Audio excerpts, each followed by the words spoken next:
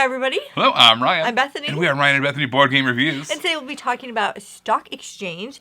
This is designed by Christopher Chan, and it has really fun artwork by Diana Beltran Herrera. This is all paper. It's like paper, folded flowers and stuff. I don't know, blows my mind. Yeah. Oh, and it's published by the Up. Sorry, Up. It's published by the Up, but I was kind of like focused on these flowers. All right, so this is a game. It's obviously a stock exchange, a play on word of stalk exchange. Knee slapper. All right, so we are diving into the world of flowers, and basically on your turn, what you're going to do is you have two actions. What you're trying to do is you're going to try to get the best value of flowers. Behind your little kind of player shield, you are given at the beginning of the game a whole bunch of these flowers. Based off the number of players, it's different numbers. All right, so then you're trying to make the flowers that you do have be worth as much as possible. And there's two ways to do that. And there's kind of also your options on your turn. The first action option you have is to swap out the flowers from behind your shield with the flowers that are out in the market row. So if you think that white flowers are going to be kind of devalued later on, and you've got some white flowers, you might try to get rid of those and exchange them for something that might be worth a little bit more. The other option you have is you have this board laid out there it's kind of this, it's not area control, but it's just this kind of tableau thing that you're trying to build out and fulfill of all these different flowers. And you have this row of flowers. It's the same market that you would be trading from. But what you're going to do is you're going to take the flowers and you're going to put them out there on the board, trying to surround clusters of the same type of flower.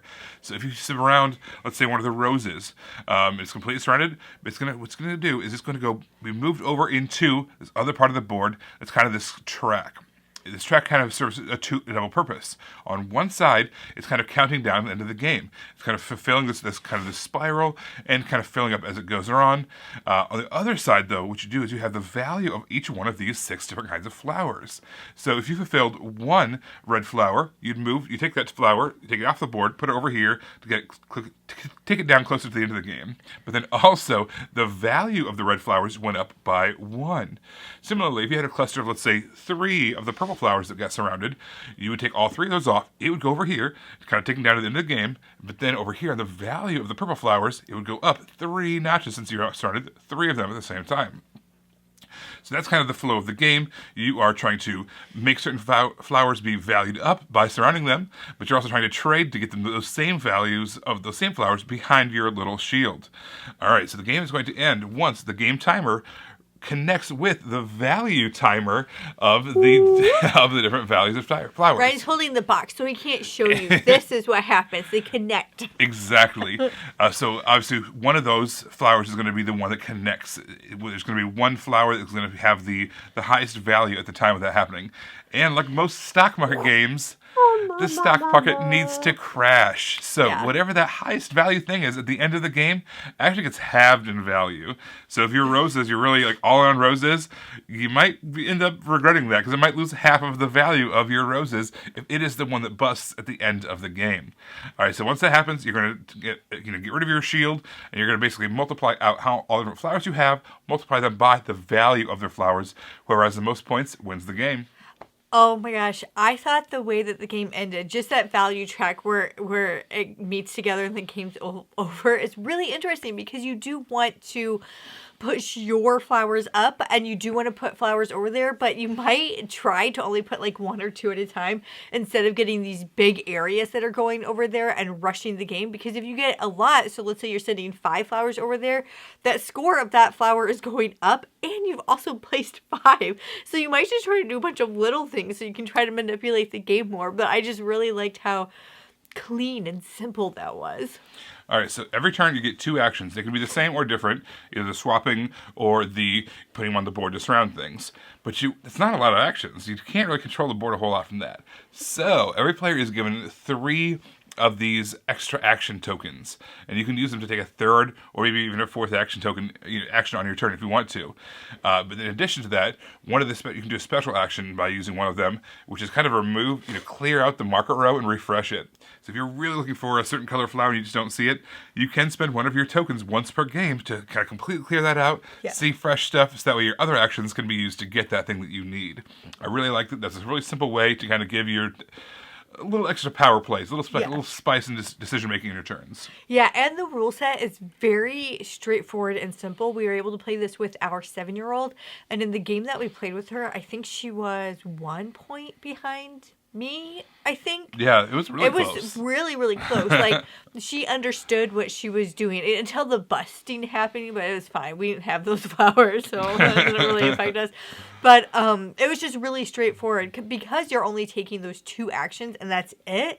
And because you can only do so many things with those actions, it was really easy for her to pick up on. And I feel like she was actually able to do a little bit of strategy in this game, which was fun because normally when we're playing with her, she understands the rule set, but she doesn't understand strategy. And I felt like she was actually manipulating things a bit more. I agree. I think that the area, I'm calling it area control. I don't really know what else to call it because it's a shared board and you don't own these flowers, so it's not really area control. But the flower control, the planting of these flowers and surrounding them, is a really cool, unique idea to kind of mix that with a stock market idea and the valuing of the prices. Yeah. I've never seen that before where you have this mini board, this kind of mini game over here, what you're trying to do and you manipulate things over here, and it's going to affect the prices over here. I like that system a lot. It seems disjointed, but in the world of flowers specifically, it worked out perfectly. As you're planting these things and then that kind of makes them stronger because people are buying them or whatever. I like that a lot. I thought this game was simple and it was simple and elegant, and I was pleasantly surprised with it. I don't know what I was thinking. Sometimes, I was just telling Ryan this the other day, sometimes when I start a book, I don't read what it's about. I just open it up and I start reading because I like to be surprised. And sometimes when Ryan has already learned a game and he can just teach it to me straight like that, I don't think about what it is. I don't look it up at all. And so in our first game, and he just straight taught it to me, I was like, I don't know what I thought this game was going to be, but this was a pleasant surprise for me. It was simple and elegant, and I enjoyed it. Yeah, this sat on our shelf of shame for a little bit longer than it probably needed to because I just wasn't excited about it. Yeah, I mean, I thought the flowers looked cool and stuff like that, but I don't know.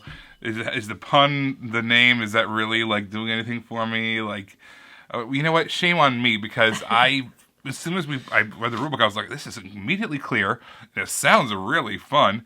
All right, you get over here. Let's play this game. I want to try this out. This sounds really fun. And sure enough, it was. I thought it was clever. I thought it was simple in a way that it was easy to understand, easy to grasp, while still giving you avenues to manipulate and change things around for your benefit.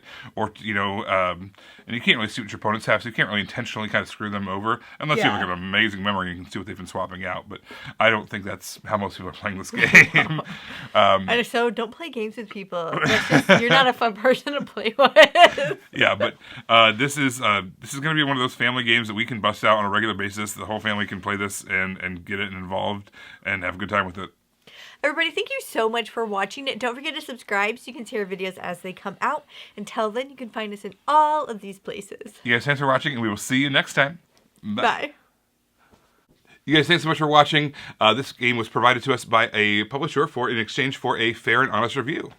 And if you want to see more stuff, check out over here to see something we think you might like. And over here, we think that YouTube has picked out a great video for you you're going to love. Thanks, guys. We'll see you next time. Bye.